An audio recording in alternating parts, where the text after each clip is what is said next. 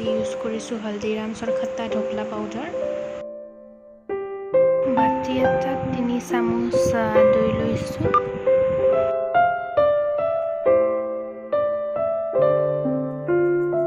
দৈখিনি অকণমান সময় ফেটি ল'ব। দৈ দিলে বস্তুখিনি সোনকালে সিজে। ডাঙৰ চাইজৰ কাপেৰে একাপ পানী দি দিছোঁ ইয়াত। এতিয়া মই ইয়াত 2 চামুচ ৰিফাইন তেল যোগ কৰি দিছোঁ। আপোনালোকে যিকোনো তেল ব্যৱহাৰ কৰিব পাৰে। আটাইখিনি বস্তু ভালদৰে মিহলি কৰি দিছোঁ।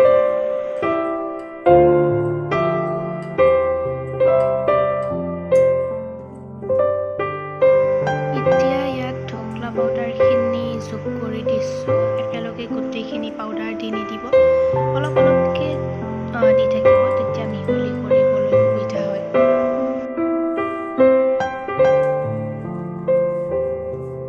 এতিয়া মিক্সাৰটো ভালদৰে লৰাব, তেতিয়াই আটাইখিনি বস্তু মিহলি হ'ব।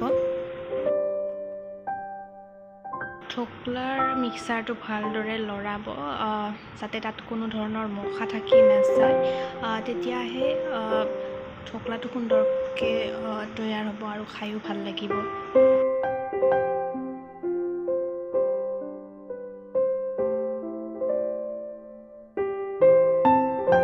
জ্বলা খাই ভাল পাওঁ বাবে কেইটামান জলকীয়া দি দিছোঁ।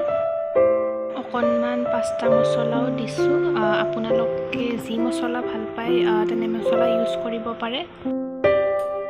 আটাইখিনি বস্তু আকৌ এবাৰ ভালদৰে মিহলাই দিছোঁ।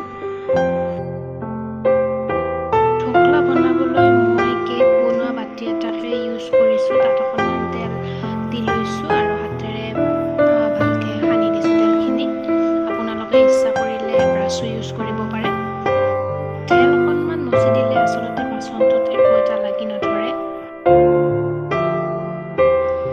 গোটেই মিক্সাৰটো মই এতিয়া ইয়াত বাকি দিছোঁ।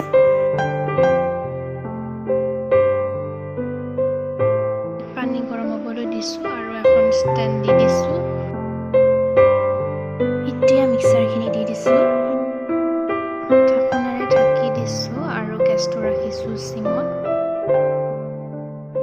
প্ৰায় 25 মিনিটমানৰ পিছত কেইটামান তিল দি দিছোঁ। সৰিয়হ গুটি দিছোঁ কেইটামান।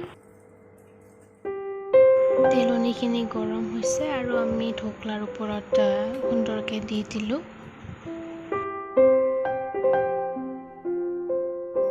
এতিয়া ঢোকলাখিনি কাটি সুন্দৰকৈ আপোনালোকক দেখুৱাম।